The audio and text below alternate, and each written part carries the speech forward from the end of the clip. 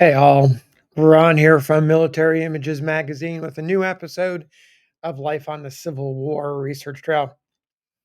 During his service in the Civil War, the officer pictured here, Major General Samuel Ryan Curtis, did not rise to inclusion in the pantheon of storied senior federal commanders whose names were celebrated across the United States following the successful end of hostilities.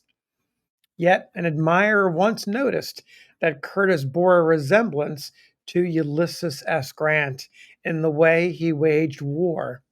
A meticulous planner with a restless and inquisitive mind, the West Point trained Curtis, class of 1831, pursued victory with unflagging urgency.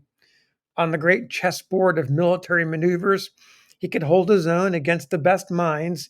Though not especially brilliant himself, he was strategic and tenacious. Like Grant, he projected a sedate public presence, but in private, he was social, approachable, and always careful not to give offense. Unlike Grant, he dressed scrupulously, his major general's uniform always conforming to regulations. Curtis was born in 1807 while his parents moved from Connecticut to the frontier. According to one story, his mother gave birth somewhere in New York, so that became his home state. However, Curtis moved with his family to Iowa, and that became his adopted state. He was an ardent abolitionist and numbered among the earliest members of the Republican Party to be elected. That was to the United States House of Representatives in 1856, again from Iowa. Here, he played a key role in legislation for the Pacific Railroad. When the war came, Curtis spent most of it in the Trans Mississippi Theater, most notably winning the Battle of Pea Ridge. That was in 1862. Curtis helped secure Missouri and parts of Arkansas for the North. His operations against Confederate General Sterling Price's Missouri raids are memorable. Curtis barely outlived the war, dying in 1866 at age 61. A year before his death in 1865, with 4 long and bloody years of war still fresh in the memories of those who lived it, a book by Captain Addison A. Stewart of the 17th Iowa Infantry titled History of Iowa Regiments dedicates a full 15 pages to profiling Curtis and his achievements. I want to share a summary of that profile, Captain Stewart's profile of Curtis, followed by a passage that captures the essence of Curtis the man. First, the summary. Stewart explains that Curtis, Iowa's first and most senior Civil War general, was a man of structure, determination, and vision. He entered the Civil War not only with a military education and experience in the Mexican War, but also with strong political record from his time in Congress. His patriotism was fervent, and few officers responded more promptly to the first call of national alarm. Curtis left his home in Keokuk, Iowa, immediately after the fall of Sumter.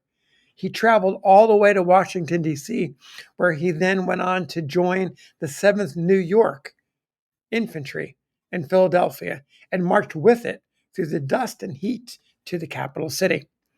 Then, upon returning to Iowa, he helped raise volunteers and was unanimously elected the colonel of the 2nd Iowa Infantry.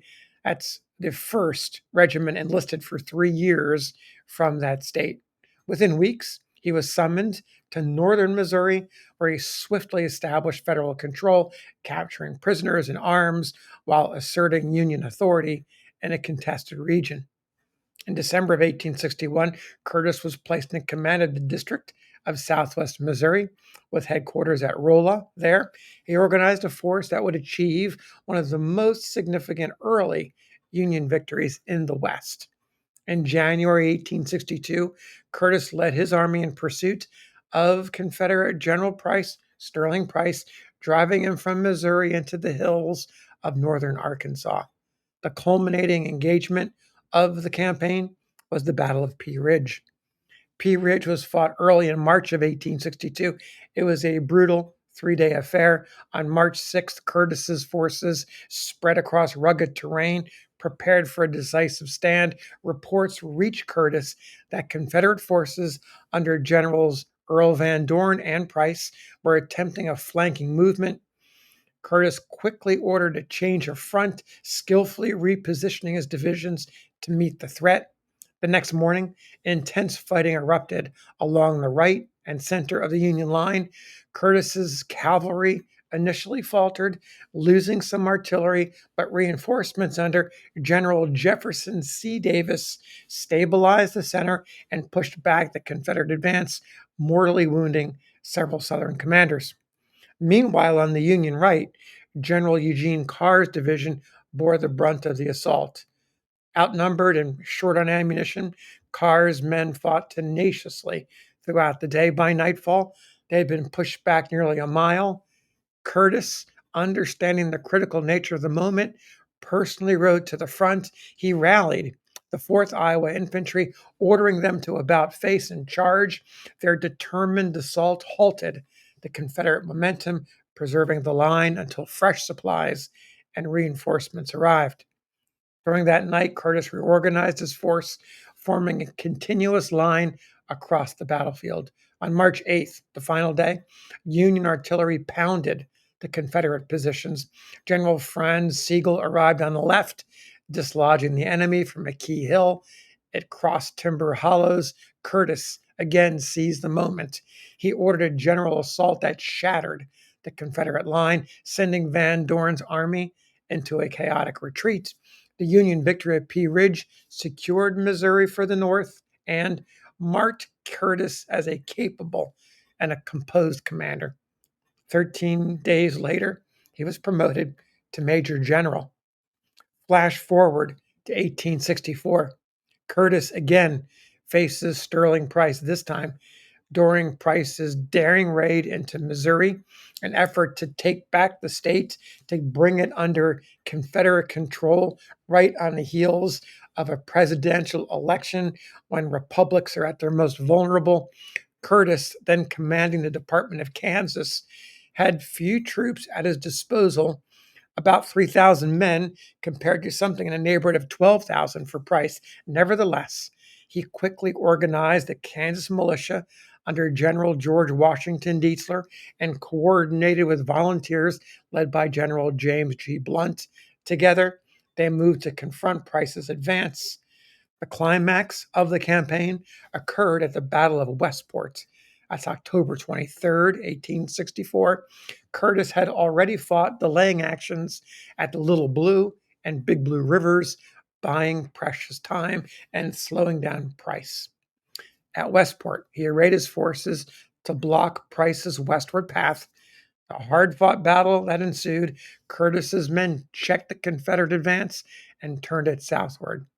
The victory, the victory at Westport, sometimes is referred to as the Gettysburg of the West, was decisive.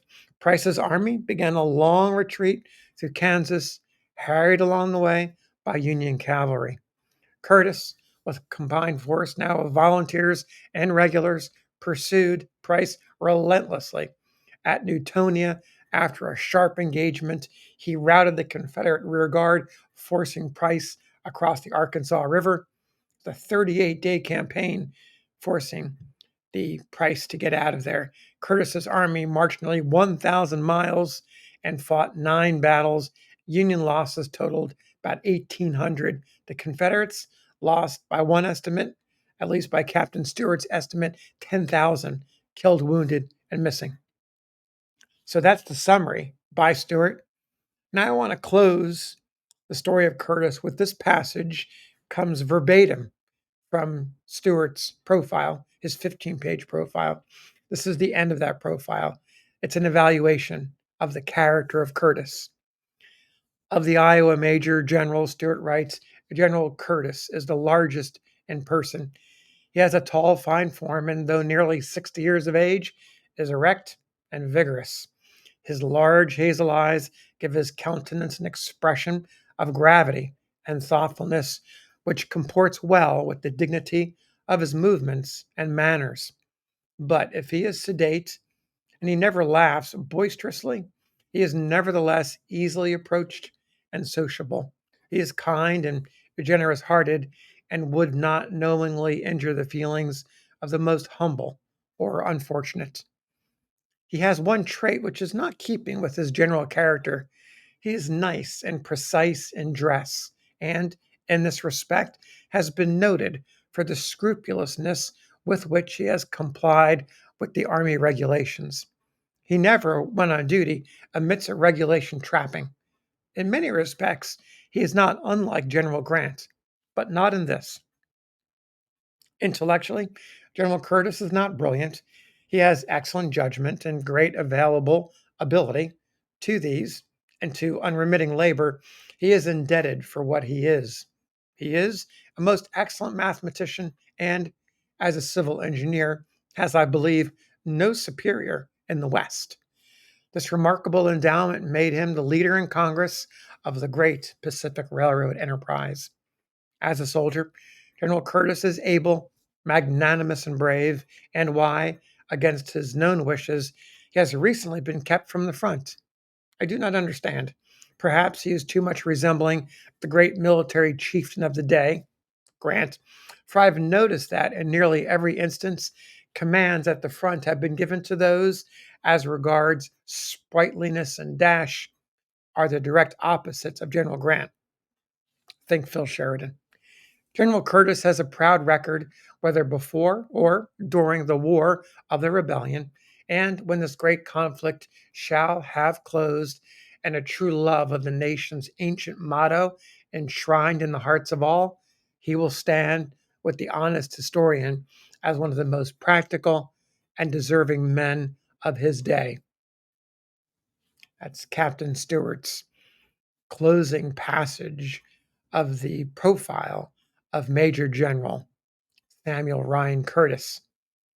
I'll close this story, the story of General Curtis, with the motto referred to, but not spoken, not written by Captain Stewart: E Pluribus Unum. Thank you. We'll see you on the next episode of Life on the Civil War Research Trail.